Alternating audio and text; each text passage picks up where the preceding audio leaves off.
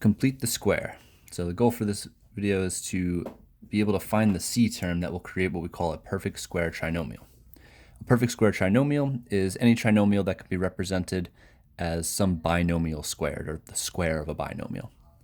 So in example number 1, we're going to look at some of these trinomials and just show that they are, in fact, perfect square trinomials. So if I factor them, I'm going to use the AM factoring technique. I'm going to add to 6 and multiply to 9. So I'll list out my factors of 9. I got 1 and 9, 3 and 3. And if I'm trying to add to a 6, the 3 and the 3 are going to be my two numbers. So I'll break this into two groups of parentheses, and both of them will be represented as x plus 3. Positive 3 plus positive 3 is 6. Positive 3 times positive 3, positive 9. Over here, we'll also use the AM factoring technique. We'll think about our factors of 25, 1 and 25, 5 and 5, and 5 and 5 add to 10. So we'll use 5 and 5, x plus 5, and x plus 5. So remember, a squared quantity is a quantity that is being multiplied by itself. So if we look at these factor results, we have a factor x plus 3, and that's being multiplied by itself, x plus 3. So we can represent each of these as a binomial squared, because x plus 3 times itself is just x plus 3 squared, and x plus 5 times itself will be the same thing, x plus 5 squared. So eventually we're going to want to solve quadratics using a completing the square technique, and it's going to be important to represent the trinomial as a binomial squared. But before we get into that, we're going to just spend this video talking about how we can find this magic C term to make this a perfect square trinomial. So here it says complete the perfect square trinomial by finding the missing C term. So when we say C term, remember, trinomials are written ax squared plus bx plus c, and the C term is going to be that constant, the constant. So up here, the C term was 25.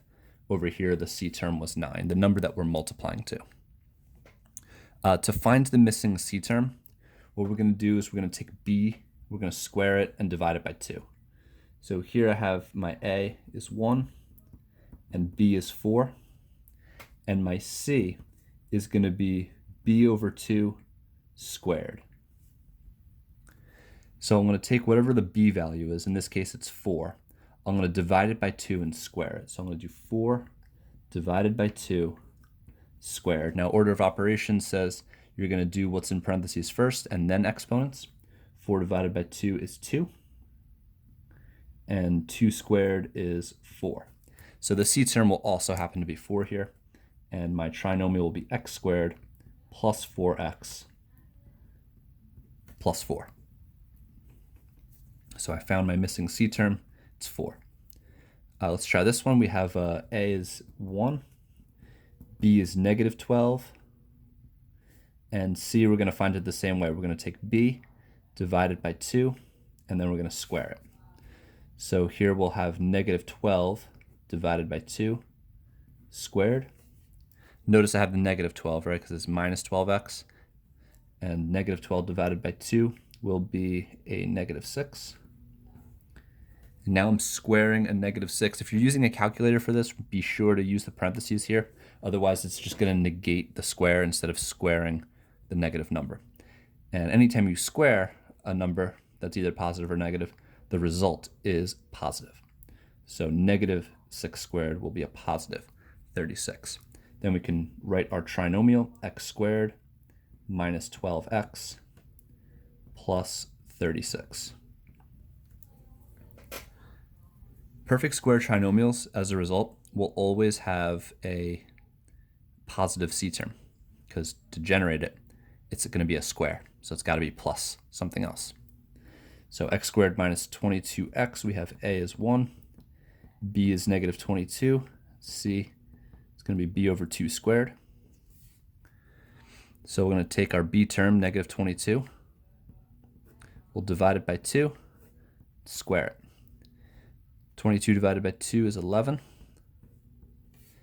And 11 squared is 121. So my trinomial will be x squared minus 22x plus 121. Okay, so that's how we find the missing c term. So for all of these, we weren't actually solving any problem here. We were just looking, we had to add some number to create the trinomial that would be a perfect square. So b over 2 squared is the way to do it.